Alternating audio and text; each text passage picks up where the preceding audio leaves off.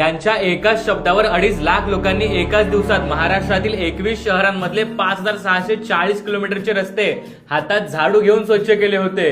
त्याचसोबत जगातलं सगळ्यात मोठं आरोग्य शिबिर, ज्यामध्ये फक्त 38 मिनिटात 51,000 पेक्षा जास्त लोकांना आरोग्यविषयक मार्गदर्शन करण्यात आलं, ज्याची नोंद स्वतः गिनीज बुक ऑफ वर्ल्ड रेकॉर्डने सुद्धा घेतली, ते सुद्धा यांनीच ऑर्गनाईज केलं होतं।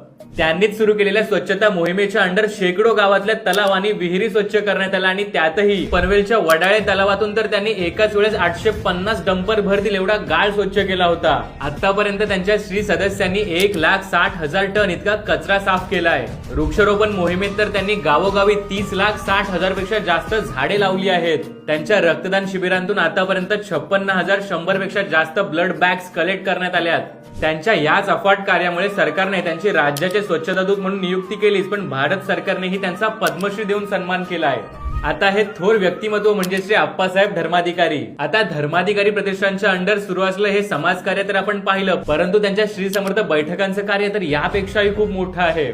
आणि बरं, ही काय आताची गोष्ट नाही, तर त्यांचं हे कुटुंब गेल्या 400 वर्षापासून समाज प्रबोधनाचं कार्य करत आहे।